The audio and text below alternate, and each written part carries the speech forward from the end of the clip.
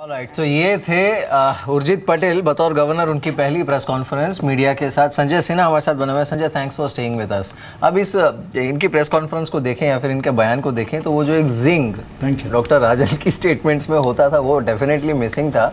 लेकिन जो उन्होंने कहा, let's focus on the substance, जो उन्होंने कहा, इससे आपका की टेक अवे क्या है?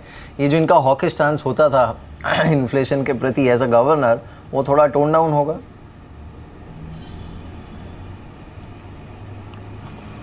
वो तो सिग्निफिकेंटली हो गया है। और जो सबसे बड़ी बात है वो जैसे मैंने महसूस किया कि जो प्रीवियस गवर्नर के अंदर जो एनपीएस के प्रति और बैंक के प्रति जो कड़ा रुख था, उसमें मैंने बहुत नरमी देखी। और इस बात का रिकग्निशन भी देखा कि जो 60% जो एनपीएस हैं वो ऐसे 5 क्षेत्र से आए हैं जिन पर फोकस करना जरूरी है और जिनके फैक्टर्स मैनेजमेंट के बियॉन्ड हो। ये भी एक मुझे लगता है कि एक अकोमोडेटिव स्टेटमेंट है रिजर्व बैंक ऑफ इंडिया की तरफ से बैंक के प्रति। तो और उन्होंने इस बात पर भी सरकार का समर्थन किया है कि जो सरकार की पॉलिसीज हैं, हो सकता है उसके कारण जो इन्फ्लेशन का प्रेशर हम अपसाइड पर होने की संभावना से डर रहे हैं, शायद वो उतना न हो। तो ओवरऑल मुझे लगता है कि ये जो नए गवर्नर के अंदर आरबीआई का स्टांस बाय एंड लार्ज सरकार से कदम मिला के चलने का रहेगा। ओके, चलिए ठीक है, ये बात तो है सर। अब आप देखिए, आपने 2-3 जो सर्कमस्टेंस, आखिरी प्रश्न पूछूंगा संजय जी, माफी चाहूंगा, ये बिना पूछे रह भी नहीं सकता मैं। आप झुकाव कहाँ पर है इसका आपका इस वक्त? आप देखिए, आईटी रिस्क रिवॉर्ड रेशियो के प्रोस्पेक्टिव से बहुत अच्छा लग रहा है, लेकिन सर्कमस्टेंसेस क्लियर नहीं है। ऑटो नंबर्स आपने देखे, शानदार नंबर्स में स्टिल अगर आप देखिए अभी अक्टूबर महीने के नंबर आने हैं, जो कि शायद 2 फेस्टिवल का अगर आप देखें महीना होगा। आपको अपॉर्चुनिटी कहाँ नजर आ रही है? अच्छी झुकाव कहाँ पर है इस वक्त आपका?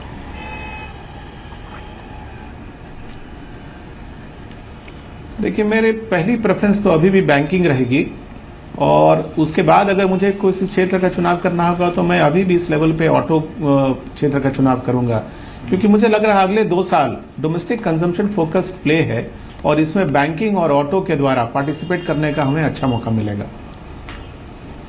बिल्कुल। चलिए संजय, अप्रिशिएट योर टाइम, बहुत बहुत शुक्रिया हमारे साथ इस बातचीत में शामिल होने के लिए। लक्ष्मी अय्यर और मिस्टर डी.के. व्यास दोनों हमारे साथ बने हुए हैं। मिस्टर व्यास, आप कैसे सम अप करेंगे इनके पहले पॉलिसी स्टेटमेंट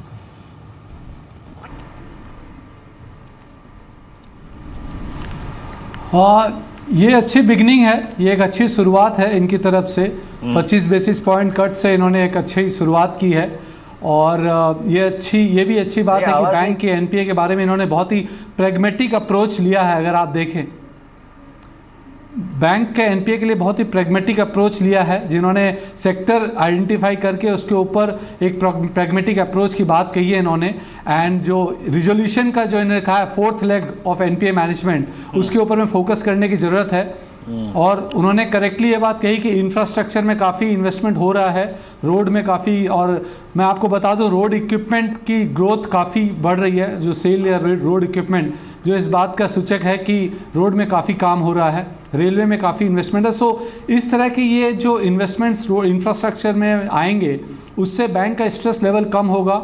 S4 स्कीम जो आरबीआई लेके आए हैं और गवर्नमेंट ने जो अवार्ड वाली स्कीम है, अवार्ड के अगेंस्ट पेमेंट, इससे इंफ्रास्ट्रक्चर का स्ट्रेस काफ़ी कम होगा और बैंक को काफ़ी मदद मिलेगी एनपीए कम करने की और इंटरेस्ट रेट को पास ऑन करने की, जो ट्रांसमिशन की अपन बात कर रहे थे वो। लक्ष्मी, एग्जैक्टली मिहिर कुछ देर पहले ठीक पॉलिसी के बाद से जो पहला अच्छी शुरुआत है सब तरह से मिला। Okay, it's nice beginning. Lakshmi, आपसे प्रश्न होगा ये एग्जैक्टली जो मिहिर ने प्रश्न कुछ देर पहले पूछा था कि possibility of more rate cuts. I mean, I think ये रेट कट की जो अगली प्रक्रिया जाके रुकेगी एक ही चीज़ पे, दिसंबर में। एंड दिसंबर में यूएस में भी अगर आप देखें फेड का निर्णय क्या होगा। आई थिंक यूएस फेड का निर्णय, उनका exactly interpretation pertaining there economy, उनका टेक क्या होगा रेट हाइक को लेकर या नहीं होगा, उसका कितना इम्पैक्ट पड़ेगा आई मीन भारत में जो रेट कट की पॉसिबिलिटीज़ हैं उसके ऊपर, और कितने स्ट्रॉन्ग चांसेस है दिसंबर में you get 1 more rate cut in India? देखिए 2004-5 के सिनारियो में भी हमने ये देखा हुआ था कि यूएस में फेड रेट लगातार बढ़ रहे थे और हमारा जो देश में जो रिपो रेट था वो एकदम फ्लैटिश था। इनफैक्ट उनका यील्ड कर्व भी बढ़ रहा था और हमारा yield curve in fact marginally flattish to नीचे की तरफ जा रहा था। तो हमारा ये अनुमान है कि ये जो माहौल है वो उस टाइम से काफ़ी विपरीत नहीं है। हमारे हिसाब से अगर आपका इन्फ्लेशन ट्रेजेक्ट्री इसी तरह बरकरार रहा तो एक 25 बेसिस पॉइंट्स की गुंजाइश और है। ऑफ कोर्स नवंबर 8 को वहाँ पे इलेक्शन है और दिसंबर को 6-7 को हमारी पॉलिसी है और उसके बाद यूएस की पॉलिसी है, तो एक टाइट रोप वॉक रहेगा।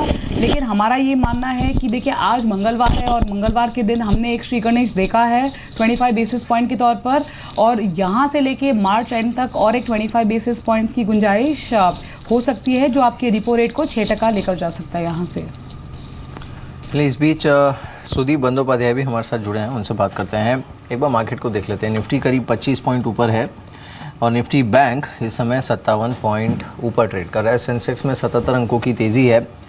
सुदीप, शुक्रिया हमारे साथ इस बातचीत में शामिल होने के लिए। Thanks for joining us. So he did what was expected, 25 basis point. I think he tried to soothe nerves about GST, लेकिन साथ ही उन्होंने एक रेड फ्लैग भी दिया है कि जो 7th पे कमीशन है, मिनिमम वेज राइज जो हुआ है, उन सब का असर कहीं ना कहीं is posing an upward risk to inflation. अब मार्केट के लिए ये एक ट्रिगर था, वो भी चला गया। क्या करना चाहिए मार्केट में?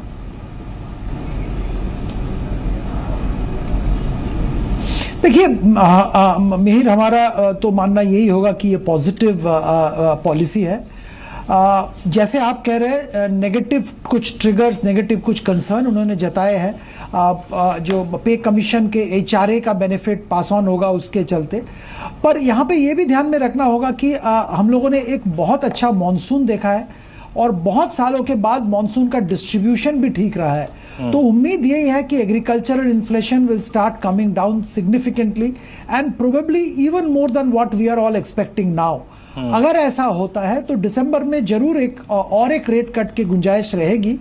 Of course we'll have to watch what US Fed does post US elections, उस पे जरूर ध्यान रहेगा, पर डोमेस्टिक फैक्टर और एक रेट कट का तरफ जरूर इंडिकेट करता है। लेकिन सुदीप जी, अभी जो लास्ट थर्सडे को सर्जिकल स्ट्राइक्स की खबर के बाद जो मार्केट ने एक पैनिक रिएक्शन दिया, सितंबर की सीरीज के लो को, बेस को आपने सितंबर की सीरीज के क्लोजिंग के दिन ही वॉइड कर दिया। आउट ऑफ दैट रिस्क बाजार कितना आ गया है? अब हम जिस नॉर्मल ट्रेजेक्ट्री में थे सितंबर मिड में, सितंबर बिगिनिंग में, हम क्या उस नॉर्मल ट्रेजेक्ट्री में आ गए हैं पोस्ट दिस रेट कट? क्योंकि वहाँ पे बॉर्डर में भी टेंशन एस्केलेट्स नहीं हो रही हैं, शायद अब यही पॉसिबिलिटी है, ईश्वर करे ऐसा ही हो। आपको कितना लगता है कि अब नॉर्मल कोर्स ऑफ एक्शन में हम रिस्टोर हो चुके हैं? ये बहुत हद तक लगता है कि नॉर्मल सी रेस्टोर हो चुका है मार्केट में।